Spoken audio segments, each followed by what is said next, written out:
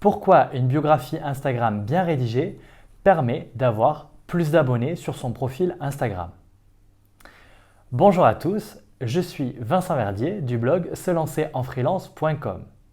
Avec Magali, on vous partage chaque semaine nos meilleurs conseils et notre expérience du terrain d'entrepreneur pour vous permettre d'éviter de faire les mêmes erreurs que font tous les débutants lorsqu'ils se lancent.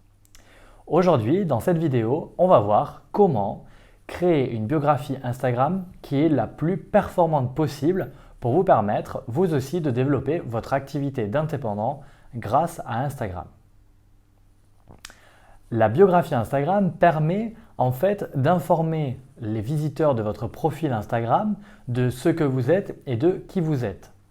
Le fait d'avoir une biographie Instagram qui est bien rédigée, cela permet tout simplement d'aider les personnes à s'abonner à votre compte si elles correspondent à votre cible.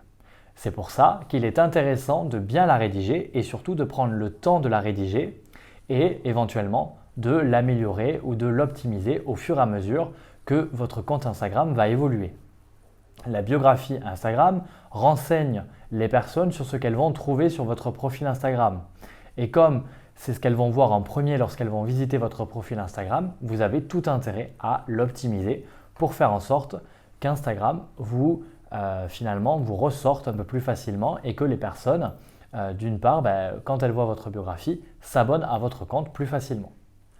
Parmi les éléments indispensables à retrouver dans votre biographie Instagram, c'est bien votre proposition de valeur. La proposition de valeur vous permet tout simplement de mettre en avant en une phrase simple ce que vous faites et la valeur que vous apportez aux personnes. En général, la proposition de valeur est définie au moment de la création d'entreprise et évolue en fonction des activités que vous allez faire. Elle permet du coup de renseigner la personne sur ce que vous faites concrètement et donc va lui permettre de se dire oui, ce compte Instagram est intéressant pour moi ou non, ce compte Instagram n'est pas intéressant pour moi. Par exemple, on pourrait imaginer que le slip français qui propose tout simplement des produits, des sous-vêtements complètement made in France, on pourrait imaginer que leur proposition de valeur, ce soit quelque chose du genre des sous-vêtements français et fabriqués en France, par exemple. Et donc comme ça, si on introduit sa biographie Instagram avec sa proposition de valeur, on indique clairement aux personnes ce que l'on fait, ce qui leur permet tout simplement de se positionner si oui ou non, elles seront intéressées par ce que vous avez à leur proposer. On doit retrouver dans votre biographie Instagram l'ADN et vos valeurs de la marque. Tout simplement parce que c'est votre compte Instagram et donc vous devez présenter ou en tout cas retranscrire à l'écrit ce que vous êtes et qui vous êtes. Il n'y a pas de recette miracle à appliquer et à vous donner pour savoir comment faire ressortir vos valeurs et votre ADN de marque. Mais si je devais vous donner un conseil, ça serait tout simplement de dire de le faire comme vous êtes au quotidien, donc d'écrire de la façon dont vous écririez au quotidien à un client ou un prospect tout simplement.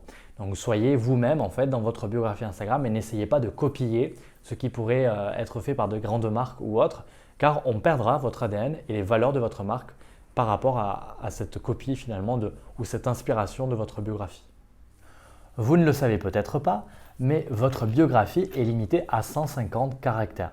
Par conséquent, je vous recommande d'utiliser des emojis.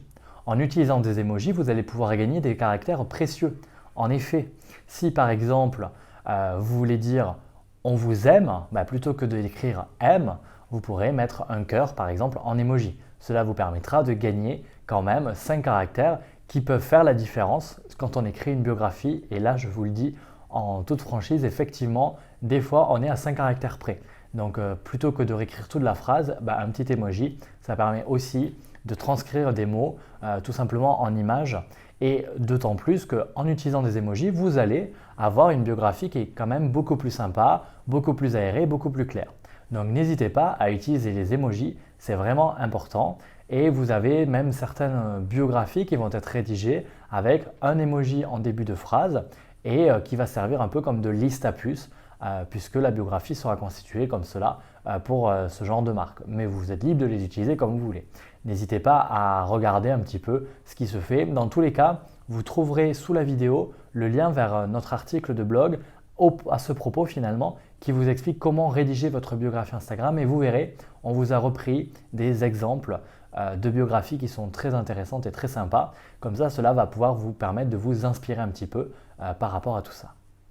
Comme nous l'avons vu tout à l'heure, la biographie Instagram a pour but d'avoir plus d'abonnés à votre compte Instagram.